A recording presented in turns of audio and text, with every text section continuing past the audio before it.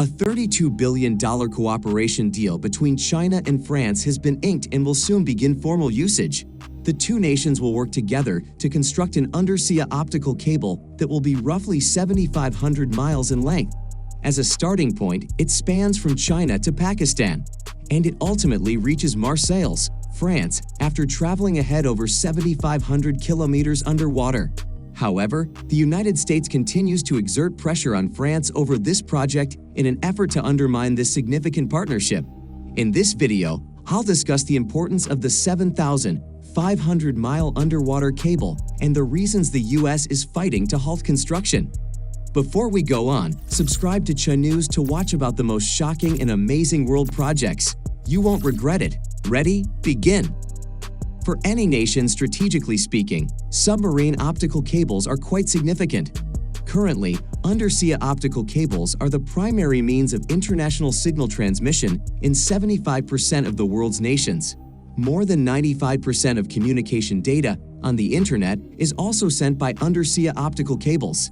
Submarine optical cable transmission is not only cheaper, faster, and more secure than other types of transmission. China and France have agreed to work together on an undersea project as part of a peace optical cable initiative. The object, called optical cable, is a fast submarine. An optical cable project that will begin in China will transmit data with a vast capacity and with little latency between China, Africa, and Europe. The optical cable in question will travel across Pakistan, then into Africa before arriving at Marseilles, France. The primary nodes of this undersea cable are Egypt, Djibouti, and Kenya in Africa, as well as Cyprus, Malta, and France in Europe.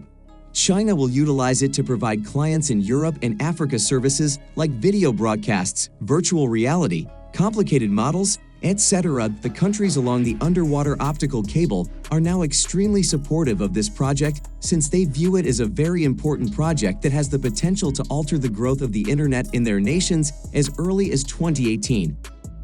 Given that the undersea optical cable must travel via Asia, Africa, and Europe, China and France formally agreed to work together on the Peace Optical Cable project. Its length is 7,500 miles, and its construction will cost roughly $32 billion. The Peace Optical Cable's construction party is the Chinese business Hengtong Group.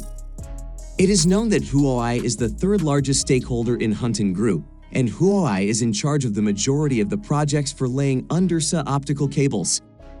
When the section of optical cable is finished, it will not only be a significant direct link between China, Africa, and Europe, but also the longest and most direct link from Asia to Europe. However, before China and France sign a formal cooperation agreement, the United States used all available measures to thwart the project's execution and even defame China's building of the Peace Optical Cable in order to further its own interests. What is happening? In truth, the US had previously constructed a 6,600 GAM undersea optical cable called Duna prior to the Peace Optical Cable project. It is the first new submarine cable to link the United States and France in 15 years. It is an optical undersea cable that connects the United States to Europe.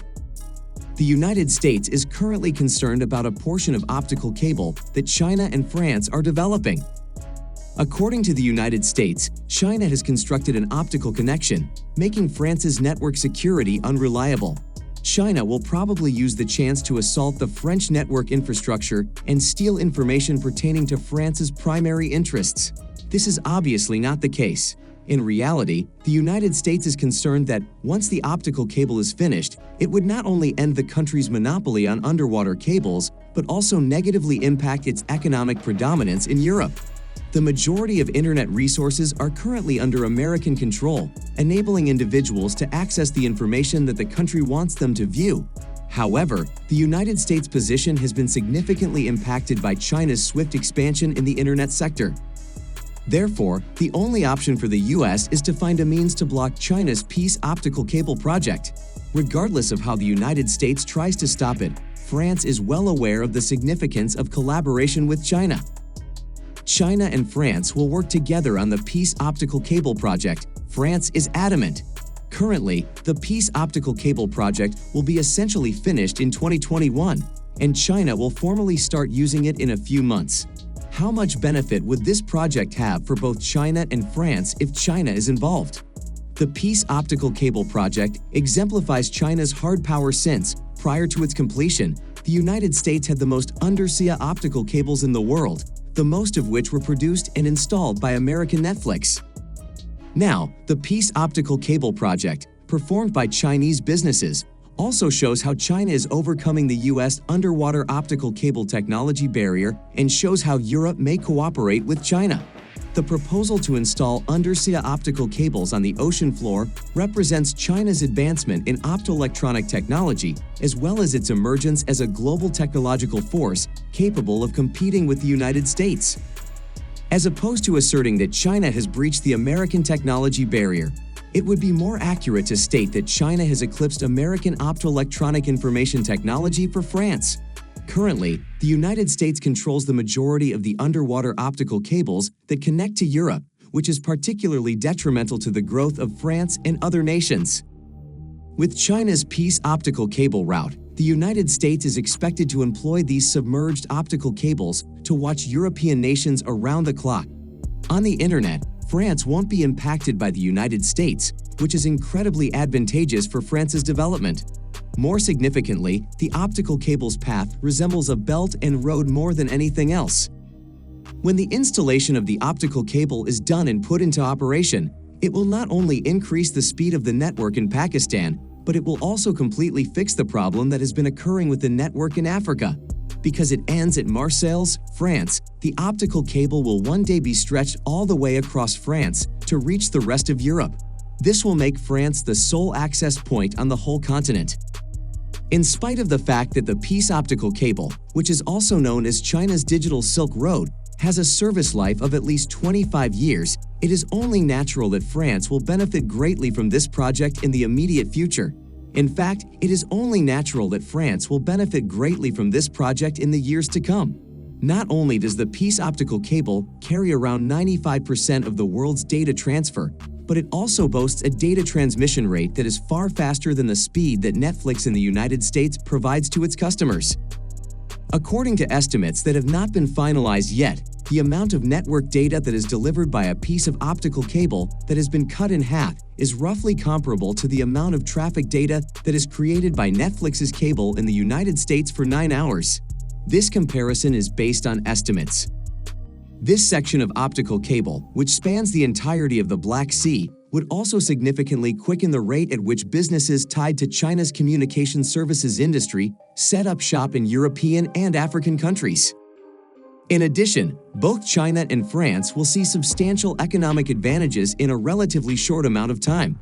The optical cable that is the result of a collaborative effort between China and France will, in the long run, be of critical significance to the rest of the world.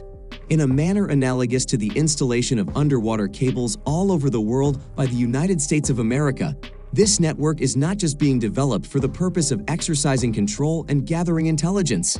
In point of fact, it is possible to give whole credit for France's continued existence to this particular issue. The United States exerted a significant amount of pressure, which led to China doing a fresh assessment of its own territorial expansion in light of the new information.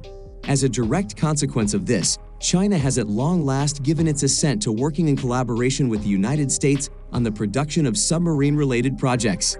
In this regard, we hope that the alliance that already exists between China and France, in addition to the alliance that already exists between China and Europe, will continue. Thanks for watching. Click on this video to watch about another amazing project you didn't know about.